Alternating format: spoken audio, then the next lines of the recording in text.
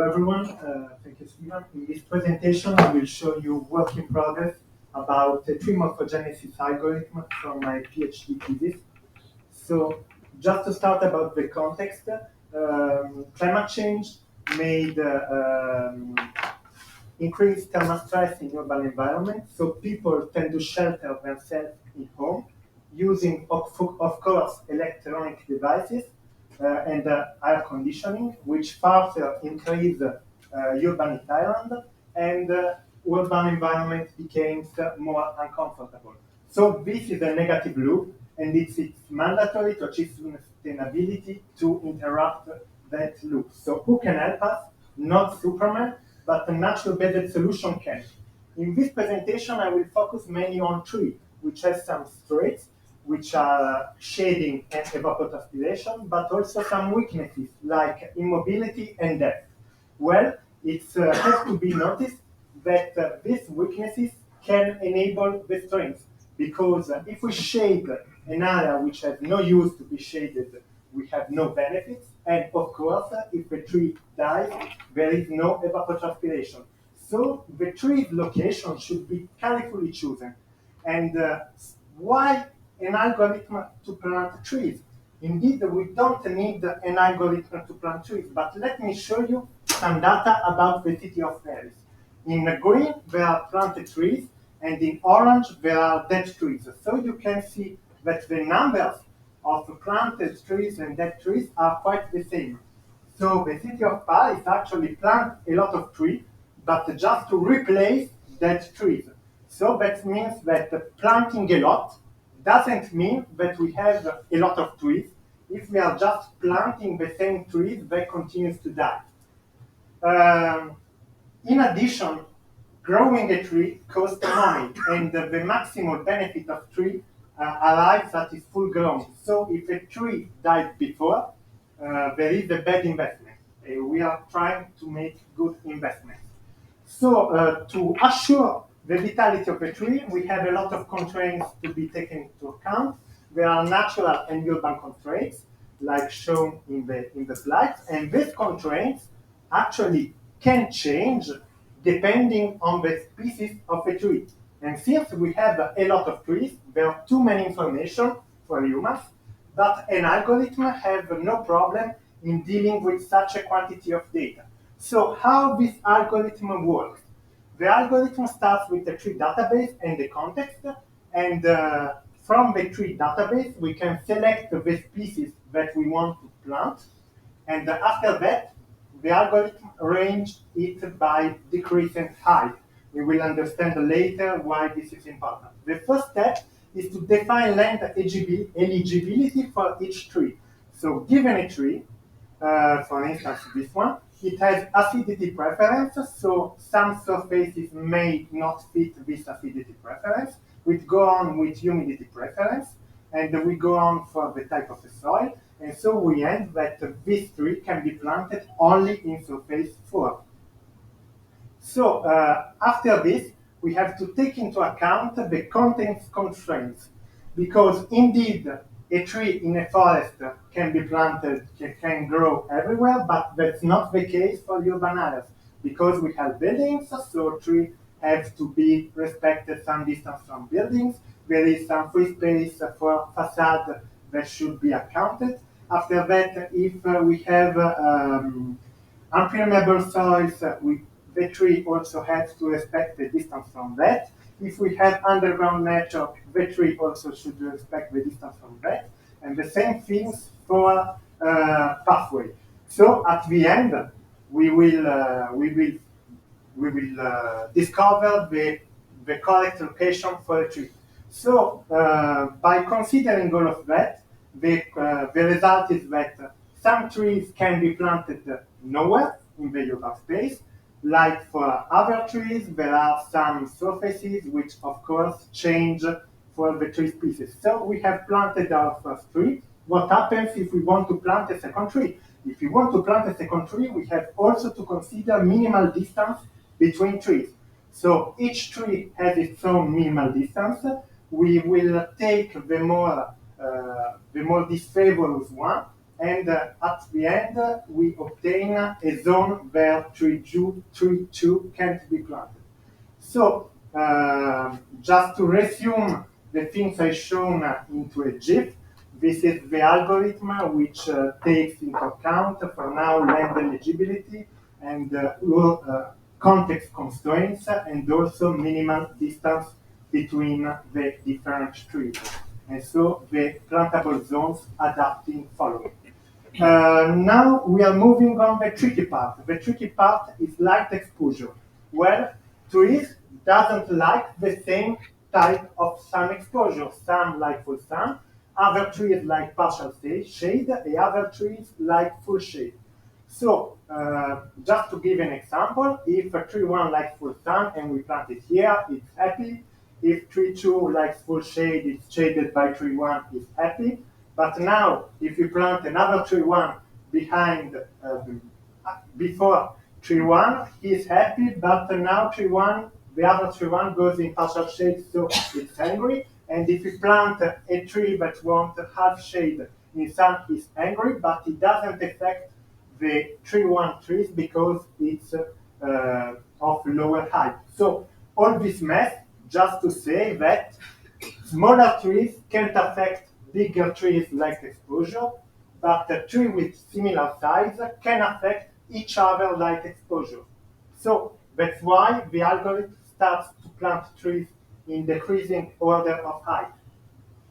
So how the algorithm works, it traces a medium level from the tree canopy to cast a radiation analysis. Here I just show shadows to make things simple. So after that, there is an offset of the radius of the tree of this line of the plane. And if the tree likes full sun, we can plant it on the full sun part. But what happens if we want to plant the same tree another time? Well, we have to ensure that the other trees cannot affect the sun exposure of a tree that we have previously planted. So to do this, we draw a security area around the trees, and the other trees cannot go in that area. So this context is appropriate. So this is like a little scheme of how the algorithm works with all that we have seen taken into account. So you can see that planes adapt in function of the tree that we are going to plant, and also trees are planted in appropriate zone of light exposure in function of the light exposure of each tree. And well, at the end of the algorithm, we have outputs and goals. The output is a plantation map like that because we have to know which trees are. And it is calculated average surface temperature and average incident radiation at the pedestrian level only in frequented areas. So there are fast calculations that somehow approximate urbanite island and outer thermal comfort. And the algorithm goes in turning and produce a lot of results. And at the end, we can analyze these results on tools like Design Explorer. In this case, the most performant configuration produced by the algorithm is the blue ones. And it's interesting to notice that this most performing configuration is actually not the one that has the most high number of trees. So planting good is better than planting a lot. Well, let's go to limitation. We have seen that the algorithm has a very precise objective. It is to minimize surface temperature and to minimize incident radiation at pedestrian level. But now the algorithm just makes random moves, which are appropriate moves. I mean, each tree planted can survive in that area, but they are not necessarily the most smart moves to obtain our objectives. So, of course, this algorithm should be implemented to get faster to better results with less simulations, and the possibility to implement it is from human intelligence or artificial intelligence, enlarge, of course, the database, and it could be nice to introduce fast wind analysis. So, the first question is mine to you. If you have work on such tools, please contact me if you want to collaborate to make our algorithm even better with your tools. And now is the time for questions.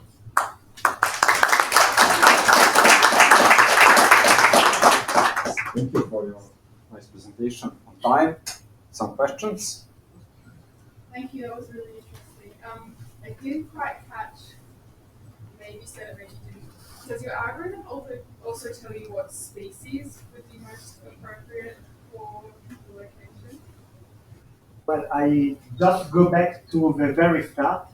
But actually, in that It's picture, very long to get to the start, but yeah, I mean, after the first step, the algorithm selects randomly some species from our database, and then it tries to locate each species in zones which are appropriate. So some species may don't have an appropriate path, but of course, if you know what species can be planted in a certain zone, you can just force the algorithm to use this species.